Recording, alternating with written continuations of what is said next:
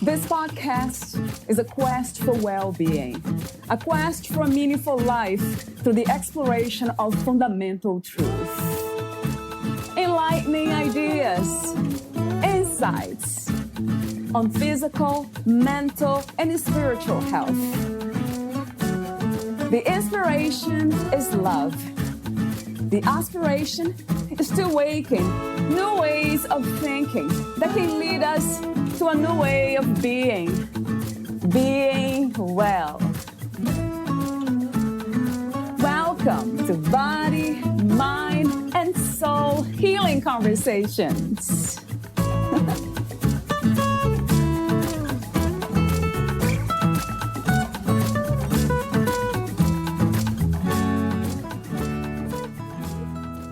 Valeria interviews Annika Jend. Annika has always been passionate about empowering others to live their highest potential, to express their unique gift, and add their unique light to the world. In order for people to be able to do this, they need to be healthy, and Annika was attracted to natural health from an early age. She graduated as a chiropractor in '95 and still practices chiropractic and applied kinesiology.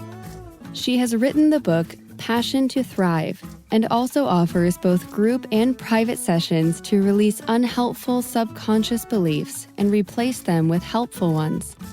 The one modality that has sustainably created change in her own life for the better. Annika was born in Denmark and has lived in Spain, Germany, England, Scotland, and now lives in regional Australia with her husband and her dog. To learn more about Annika and her work, please visit annikajend.com.au. Here is the interview with Annika Jend.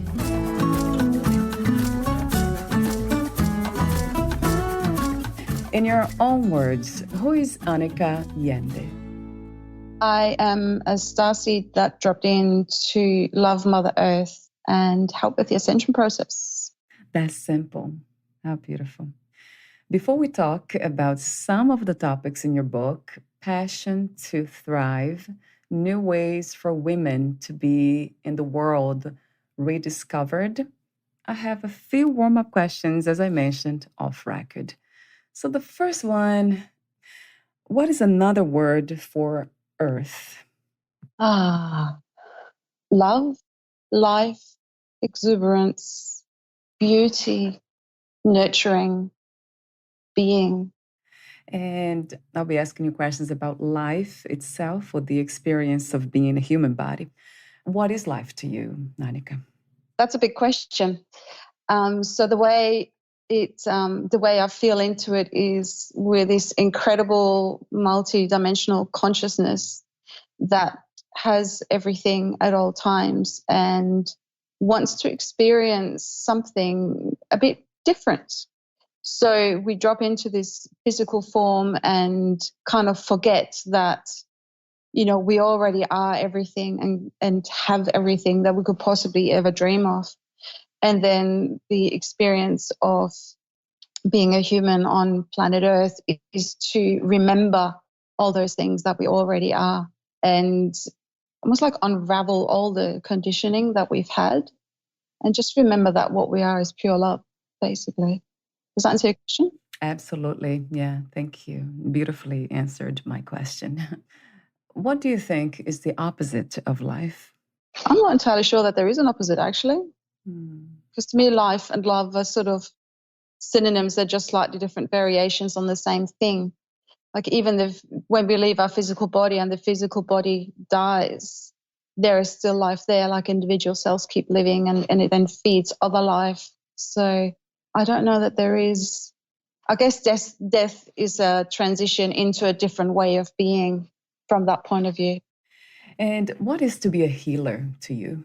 A healer is somebody who reminds somebody else that they already have everything they need to be whole.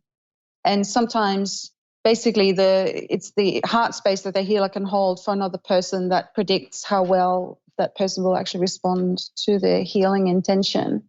So that's probably the single most important thing. And then sometimes we have strategies or we have knowledge or we have skills that are useful to that person. But ultimately, the thing is actually to remind the person in front of us that they already are everything they could be and they have all the tools that they need. They've just forgotten.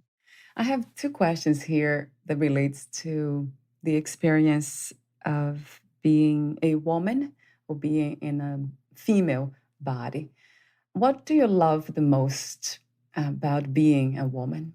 The feelingness of things. I think women generally have an easier way to kind of feel with their bodies. And I think our bodies are designed for that because we bleed once a month and we go through these cycles. So we kind of have to remain in touch with our bodies. We can't just sort of, disappear into our minds and pretend the body doesn't, exist or matter or crave contact. So being in a female physical form encourages us to feel our bodies, feel our energy field, feel our connection to other people, to planet Earth, and to our family in spirit. So there's a real sensuality around it. And there's also this miracle of potentially being a vessel for a new consciousness to come into life through us, which is, we know the mechanics of it, but the mystery of it's still just as mysterious as it's always been. True. And beautifully answered too. And I forgot to mention, which I should have, not too late, that these questions, those two questions, they were inspired by reading your book. So they're so inspiring to me that now I'm making them like two of my questions, my main questions. So yeah, I love your questions though. This is another one question that you impose in your book. So I'm going to ask you, what is the most challenging aspect about being a woman? To me, the most challenging aspect of being a woman is to actually remain in our power with the way patriarchy has been trying very hard to get us out of it. So when we're born, we're just children and we kind of know our worth and we know we're loved by parents. But then as we go along, we kind of hit these walls that are only there because we're female. And to kind of keep knowing in your own body that that is not true and that is made up can be really, really hard at times. True. Yeah. That's the work that you mentioned earlier briefly, the unlearning, the undoing. Exactly. Right? Yeah. That becomes our healing work.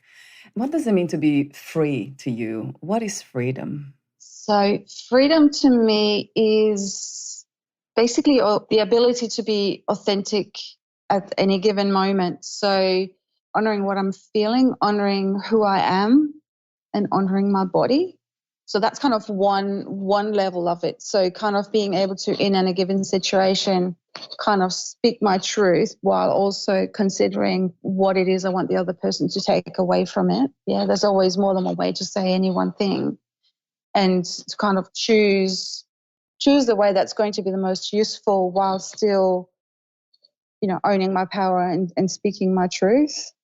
On another level, freedom is being able, for myself personally, is able to express myself creatively in whichever way I feel to do that at the time. I love that. This idea of what you mentioned earlier about caring and loving ourselves, but at the same time, loving and caring for others. At this time, what do you think is the world's greatest need? And do you have a vision for a new reality? Oh, that's a long question. It is. Yes, I certainly have a vision for where we could be heading as a planetary consciousness and community. And it's basically about, how do I answer this? Honoring the divine feminine in a way that we haven't done for several millennia. And at the same time, encouraging and honoring the divine masculine.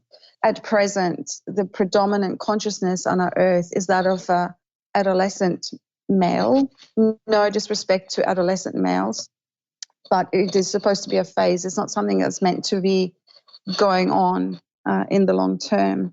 So if we can get those two energies to kind of, like I'm thinking of a yin yang symbol right now, if we can get them playing and if we can get them dancing and we can get them interacting in a way that's full of wonder and curiosity and respect and love and nurture, that's kind of the world that I see down the track. And I think right now what's happening is that all these things that have been going on for centuries or millennia that have been hidden and have been not conducive towards that beautiful future that I see are now coming out to be shown. So it's going on for a long time, but now is the time where we actually see it and we go, actually, do you know what? That's not cool with me as a planetary collective. Does that answer the question? It does very much. Yeah. That's so true. Do you think that this time, what we are going through will help us to evolve as human beings and direct us to that remembrance of who we are? Absolutely. Yeah, I think we now have more people than ever before putting down our collective feet and saying, no, that's not right. There's so many things that are coming up at the moment where we think, no, that's not right. And, just kind of taking that step back and being able to observe what's going on rather than being caught up in the actual stream of it is the first step, I think, to kind of observing your own self as well and kind of realizing that you aren't your thoughts, you aren't your emotions. These are things that give you feedback. These are things that inform you, but it is not who you actually are. So by kind of having these things coming up and people actually observing it and making a decision that it's not congruent with who they are and who they want to be, that's the very first step of actually developing a new sense of self outside of what's going on the outside. Yeah, so true, Annika. How did you come to this realization of who you are? Oh, another big question. I grew up in Denmark, and in Denmark I was just a little kid growing up. And then when I was 10 years old, I moved to Spain with my mother. And all of a sudden I felt and looked very, very different. So I went to a school that was not a Spanish school. It was a German school. And what I observed there in the way people were interacting with one another just felt like it wasn't the way I would have chosen. Like it wasn't kind. I'm not saying that this wasn't happening in the Danish school, by the way. It's just that that's when I actually noticed it because I'd been taken out of that environment and had been put into a different position from the one I'd been before.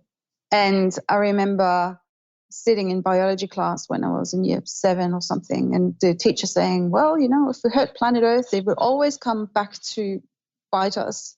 And I thought, but what about all the animals and all the plants that don't have a voice, that get hurt and harmed in the process and going extinct? What about all these other creatures that are just as entitled to live on our planet as we are? What about them? So I kind of had this conscious awareness of things not being the way that, in my feeling, they would be far kinder and more integrated than what they were.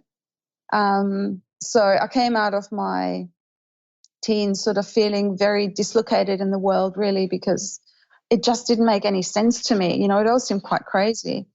And then along the way, I've kind of, lost some of those conditionings, through lots of personal work and kind of stepped more into, actually, it is me who's saying, and it is the world that's crazy. And as I've kind of owned that space, other people who feel the same way have shown up in my life and going, yeah, you're right, the world is crazy. Or have you thought of the world being crazy in this particular way? So it's been an evolution that's lasted my whole life so far, basically. It sort of changes, yeah. But the understanding's always there. That's interesting. It never goes away, but it evolves and it changes the way we see and express ourselves in that understanding, which is so wonderful. What is love to you? What is love to you, Annika? Okay, so the first answer is love is basically the stuff that the universe is made of. So to me, the way I picture it, that equation, E equals MC square. So basically what it tells us is energy becomes matter if it's really, really slow, and matter if it's sped up really fast becomes energy. So everything is energy ultimately. And I would call that energy love. Yeah, it's basically an energy that just delights in morphing and playing with itself and experiencing itself in different ways. So in the same way, like the universe looks out through our eyes and experiences itself through us, which I think is a really, really cool concept. And on a personal level, it's some of those things I said earlier, like just a deep connection with another being. And the way it feels on my body is just a really nice, warm, beautiful sensation around my heart. And yeah, connection, I think, is probably the other, connection and caring are other words that are very similar to love for me. Yeah, that resonates. What is your understanding and idea of inner peace? So that derives very closely from some of the other questions you've asked. So knowing who I am, getting a sense of the beingness that is me or that is experiencing me right now, and knowing that all the things that go on in my life aren't me. So I almost feel like I'm in the eye of the storm and there's all this other stuff going on around me, but it's up to me how I remember who I am at that moment. And I'm not perfect at this by any means either. Sometimes stuff happens and, you kind of get swept away in it all. But this ability to kind of go back to, okay, well, that is not me, though. That's something that's happening to me. And how will I respond? So it's a place of empowerment as well, because I can then choose how I want to respond to what's going on the outside. Beautiful. And my last question, warm-up question, has to do with God. What, where, and who is God to you? So God to me again is the same force as love and life and the universe. And to me, God isn't a personal God that sits up in the sky. To me, God is everywhere. So God is, in our planet, in the animals, in the plants, in Mother Earth, in the universe, is in us. So I hope nobody gets offended listening to this, but to me, it is very much the universal energy. Yeah. So God is love. Do you often use the word God, or you choose not to use that word?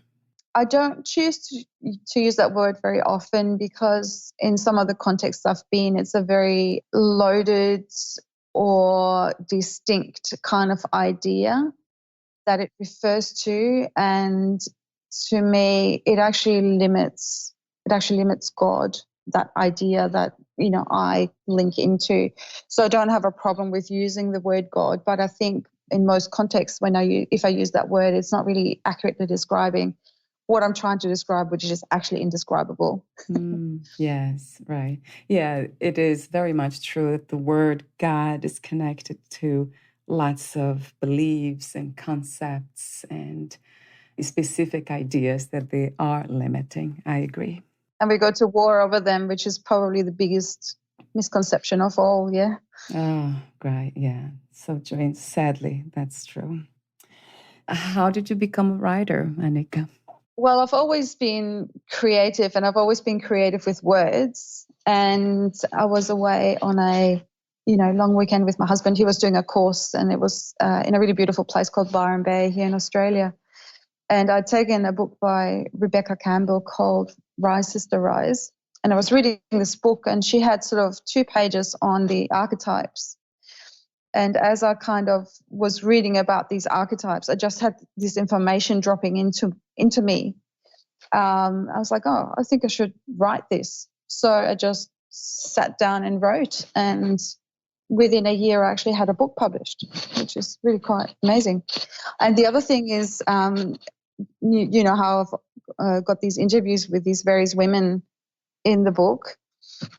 That happened because I was practicing. I was seeing a lady, and her name's Julie. She's in the book.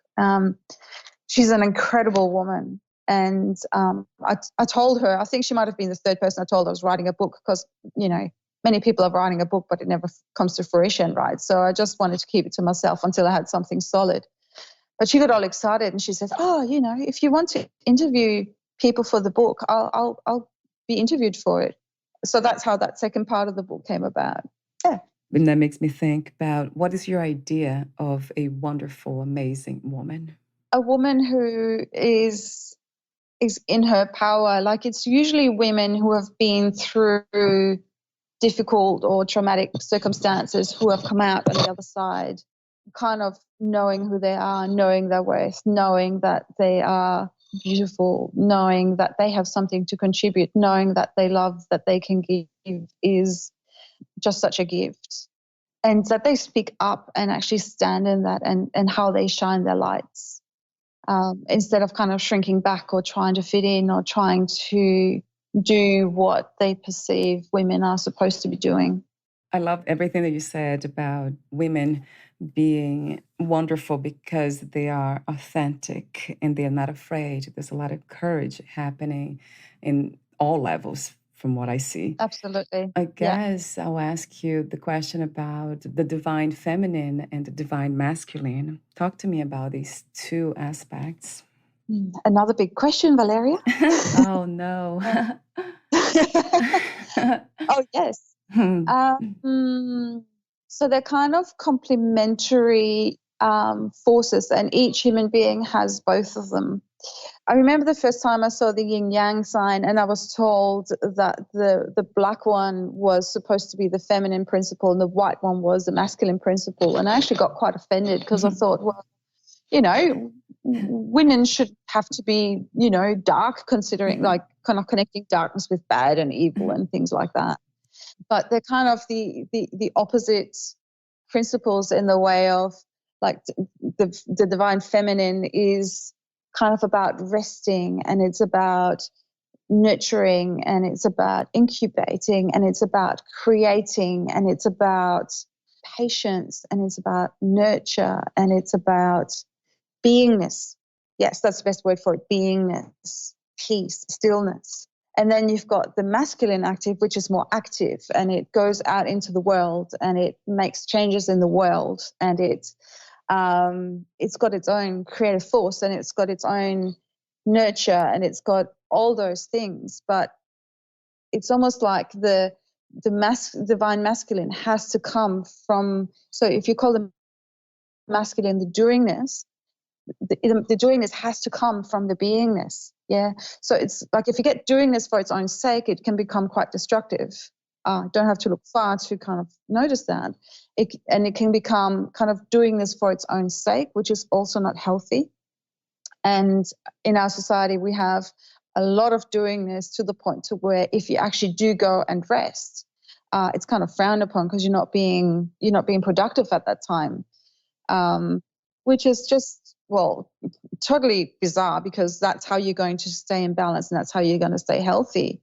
But also, when you're not being overtly active and creating out there in the world, that's where the creativity comes in. That's where the new ideas come from. That's where new concepts come from. That's where your new seeds are planted, So I hope that answers your question. We are criticized by our own selves in a lot of ways, so many times. And that's because now we don't have those energies balanced within ourselves. But that made me think about, do you think it's possible to be active, but at the same time still hold these two energies at the same time? Yes. Yes. Yes. It's almost like you're kind of in the pivot in there, in the center of that yin yang circle, where you can sort of dip into one and dip into the other. So they're always there. It's just which one are you expressing at the time. So even when you're being, resting, say, there's a potential there for being active, and vice versa. If you're being active, then there's a potential there for being resting. So I think you can hold them. You might not be able to express them at the same time, but you can certainly hold them at the same time. Yeah, I agree. Talk to me about what has been your experience in balancing these energies within yourself. Listening to our body. Our body will tell us when it needs a rest. Our body will tell us when it needs to move. Our body will tell us when it needs to eat and what it wants to eat. It'll tell us, what we need to eat. Our body is this incredible, amazing time-space suit that's uniquely equipped for this particular journey through human life, right? And it will tell us exactly what it is we need. So if we can actually listen and follow those directives, balance is not going to be that tricky. And, again, we live in a society where there are certain things like, work schedules and things like that. So sometimes it can be tricky to kind of do it from moment to moment, but it can become a practice and it can become something that we do over a week, say, where we sort of have distinctive pockets of, okay, my body needs to rest, so right now I'm going to rest. Or my body wants to move, so I'll take it into nature. I'll go and do whatever exercise makes my body feel good, yeah? If our bodies feel good, chances are we're reasonably on track with it. That's so true. And that's interesting because it sounds like common sense, but most of us don't do it. So another subject in your book that's very interesting to me is choice. So having choices, why do so many of us don't know that? They don't have access to these possibilities and choices and options. Why do you think that this happens? So I'm hearing two separate questions in your questions. So the choice that I talk about in my book is about the choice that we can make as individuals as to how we react to what's going on around us. So in order to be able to be in that particular space, we need to know that we aren't what's going on for us, yeah?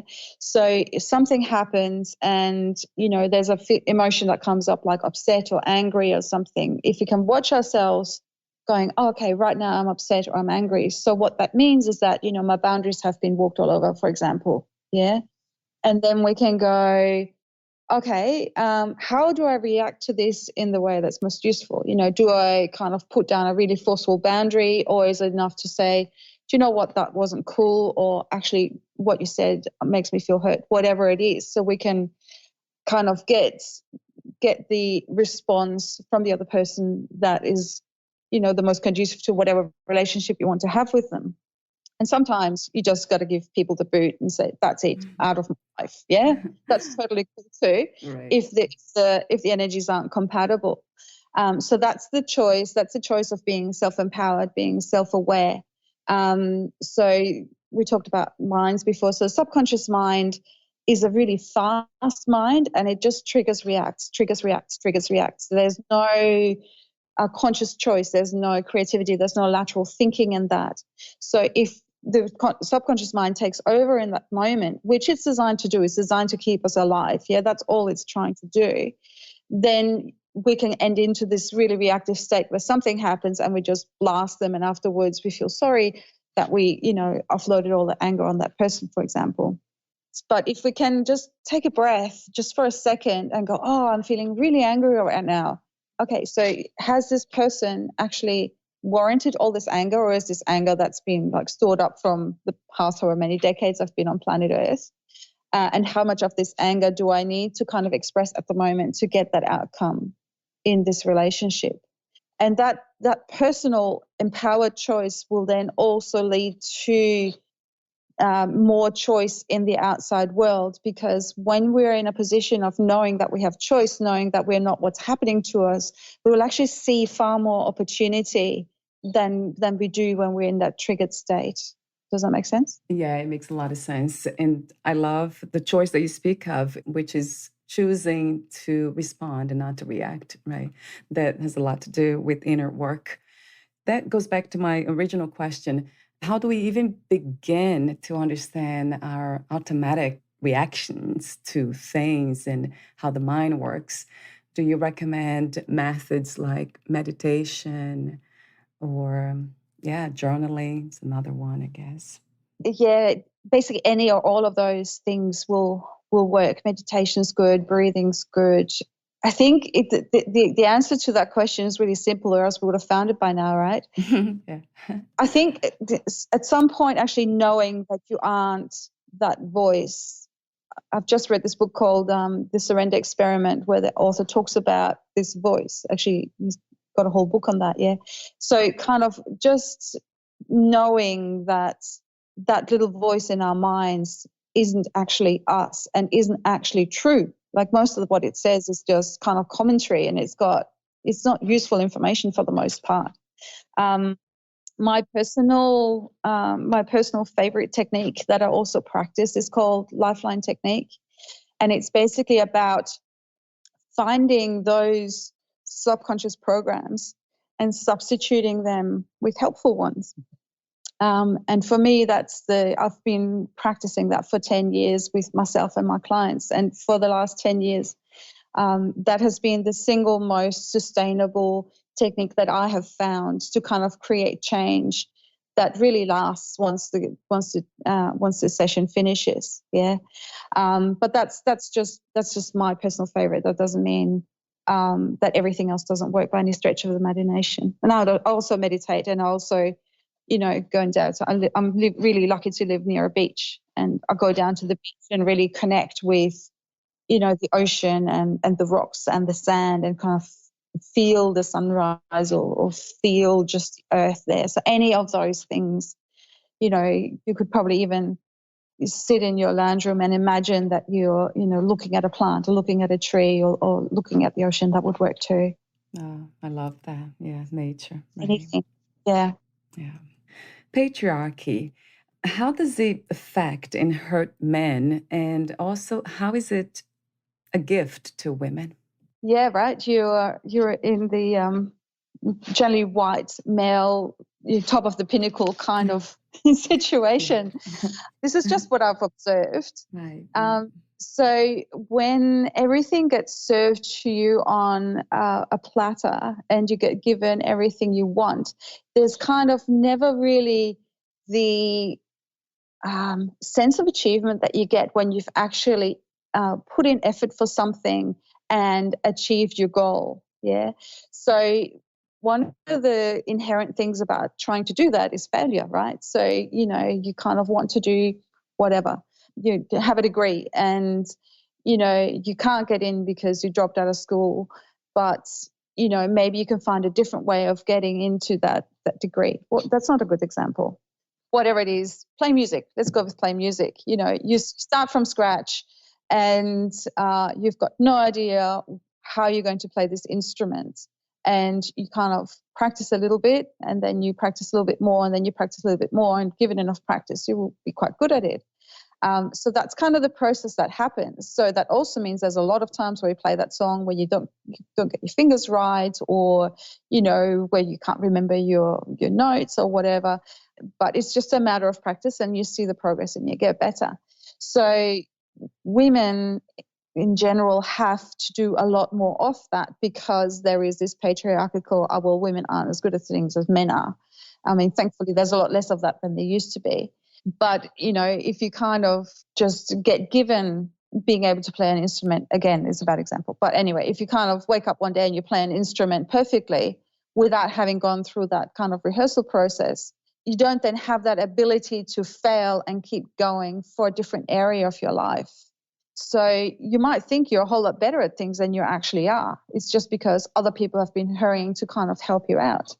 So generally, when things go wrong in a man's life, he actually doesn't have the resilience, the resources, the support network to actually get through that with any degree of ease and grace. Yeah, like there's a reason why men commit suicide more often than women, and why men do often worse after divorce than women, because they don't have that really deep connection that women have, that comes from actually having to have each other's backs all the time, and actually relying on your friends to support you really well, and somewhere that you can go to when you're not feeling amazing, and somebody that has seen you at your best and seen you at your worst, and loves you fiercely, and kind of knowing that, you have failed at something before, but you actually managed to find a different way of doing it and became creative about it. So there's a whole network of resilience that women tend to have that men don't tend to have. It makes so much sense. Yeah. Yeah, and the other thing is kind of, we're all aware of this sense of entitlement that I'm not talking about all men have. And, again, it's the masculine we talk about. This sort of sense of entitlement, it kind of then also makes you kind of on a pedestal. So if you are then feeling like, well, I am this amazing person because of, I was born a white male in this society, and you then watch a woman, probably a woman that you love, being so much more amazing at what you think you're amazing at. How does that then make you relate to that? Like, it then must make you think either, oh, well, clearly that isn't true, which is probably not what happens most of the time, although it probably happens some of the time. Or, how do I then keep this woman from discovering that she's so much more amazing than me? Yeah. So that's kind of where that suppression comes in, because if that woman realizes that she's so much better at me, what I'm actually offering her, what can I actually do to make her stay with me because I love her? Yeah. So that's a really gnarly kind of dynamic there. Yeah. So the thing for men to step into that divine masculine consciousness is to go, well, what can I offer this woman that will make her want me in her life, rather than I'm entitled to have that woman in my life? And that's where the divine masculine can actually step in and become this incredibly beautiful force that's there, which is when we actually put our energies into serving others and serving the planet. Yeah. Wow. We're definitely in need of that. The masculine energy, or the balance within men as well, right? So I love what you wrote in your book. You said women now need to reclaim their female qualities. So do men. These are the qualities of allowing, flowing, receiving instead of taking, supporting community, understanding that we are all one. How we treat each other is how we treat our home, planet Earth. And she desperately needs us to become in tune with our female power so we can heal. That is a wonderful passage, in many ways says it all. Thank you so much, Annika, for your wisdom. I have a few more questions for you, coming to my final questions, but so many more that relates to your book. I won't be able to go through all of them, but the archetypes, this is something in your book that's well explored. So I'll ask you the question, how are the archetypes valuable to us, or the reference? How can we become more empowered by relating to them, or even knowing that they are there for us? Yeah, so again, archetypes are basically an energy. It's kind of an example of how one way of being in the world. Yeah, so the 7 archetypes, I've got some of them we're really familiar with, like the mother. Some of them maybe not so much, like the mystic or the seer. So it's basically a set of abilities and gifts and skills that go together so that we can experience the world in that particular way. So why knowing about the archetypes helps is because we then know that there are many different ways that we can actually experience the world. So there are many different ways that we can approach any one situation. And if we're familiar with the different archetypes, we can kind of step into the one that's the most useful at the time. So, for example, if we are in that situation we talked about before where we get triggered into anger with somebody, we can step into our warrior and go, how does the warrior hold her boundary? Yeah. Which is probably in that situation the most useful archetype to step into. Yeah. And at the same time, we can hold a little bit of the healer and go, okay, well, this person is hurt too. So what's the best way for me to respond so that this person kind of can step out of that hurt space that they're in as well? Yeah. And, that may or may not be, relevant at that particular time. Sometimes it is, like I said before, just a case of put down your boundary and that person's not allowed in anymore. Like the storyteller speaks our experience of the world. Like, history is full of men, right? Yeah, Where are all the right. women? Yeah. So Where is the storytelling from women and for women and by women? That's because basically women do experience the world differently from men. We are differently in the world from the way men are. And we're half the population, if not more. So our stories are just as important. Our point of view is just as important. Our point of view is essential so that we can actually heal ourselves and heal the world. So we need to integrate that view. We need to speak our stories, and those stories need to be heard. And then a change in behavior has to happen as a result.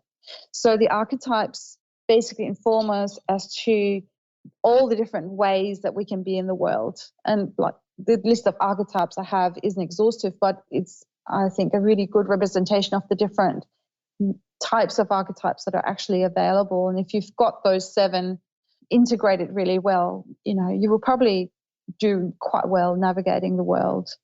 When I first wrote the book, I thought, oh, well, most of us probably have 1 or 2 archetypes that are kind of our strongest archetypes. But then as I went through the process of writing the book and kind of living the material more, I realized that it's really useful to actually be able to access all of the archetypes so that in different situations I can call in a different set of gifts and talents and viewpoints and way of being in the world. Yeah, this is a beautiful work. I love your work, though. And I also love the kindness poem. That's a beautiful poem. I just highlighted a section here. Then it is only kindness that makes sense anymore. Only kindness that ties your shoes. How do we learn to support each other more? Have you found a way?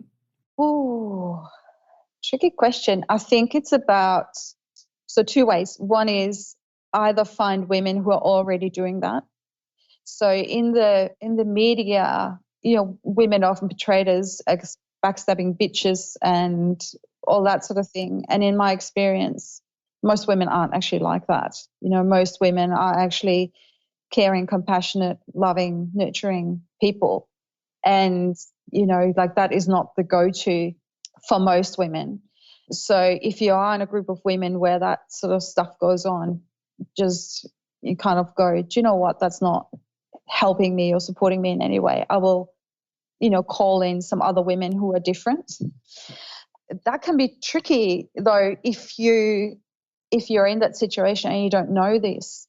So the only other way I can think of is to actually step beyond it and see that that woman is also hurting, is also, one thing I've kind of realized along the way is that bullies are really afraid and hurt people as well. So actually relate to the person, to the part of them that's hurt and vulnerable and frightened. I suspect that would take a lot of guts basically, because that would, you can potentially leave yourself vulnerable to just more abuse. But in that case, you really need to get out of there, I think.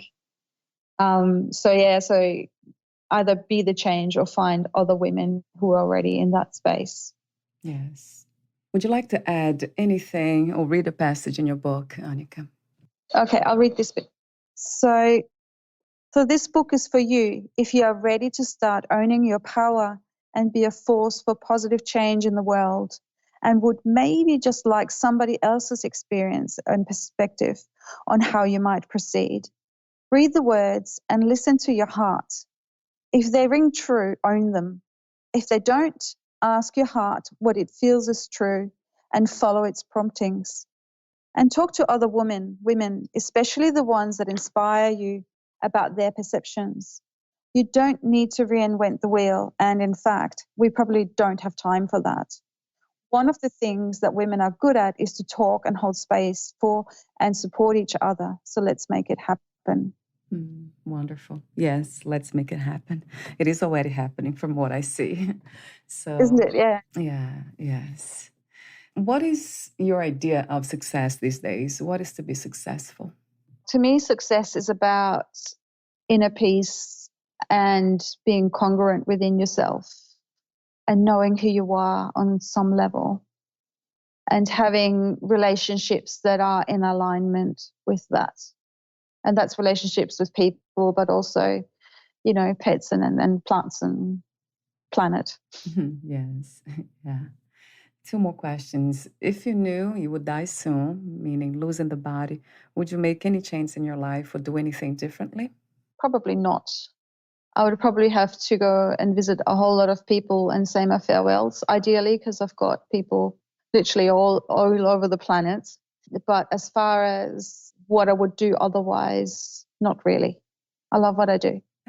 What are three things about life you know for sure as of now?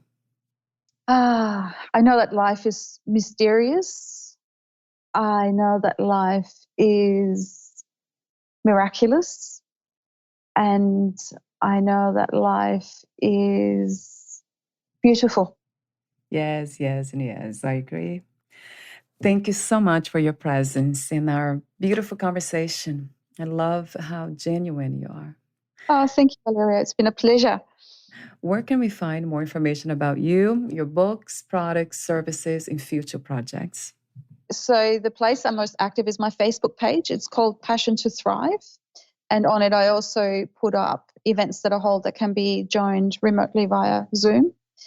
I have a website called arnikayende.com.au, and through it you can get links to buying the book as well. The book is available on Amazon, but it's also available in hard copy. And I've got a YouTube channel called Annika at Passion to Thrive, where I've posted meditations, and some of my blogs are on there as well in spoken version. Wonderful. Thank you so much again, and we'll talk soon. Thank you. Thank you, Valeria. Bye for now. Bye.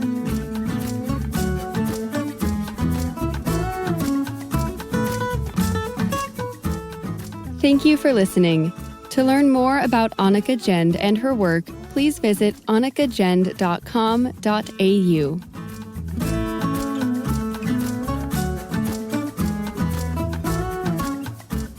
To learn more about this podcast, please visit fitforjoy.org/podcast. I want to thank the Patreon members, Lawrence McGrath, Mark Basden, Terry Clayton, and Aidan Vickrock. Thank you again for listening, and bye for now.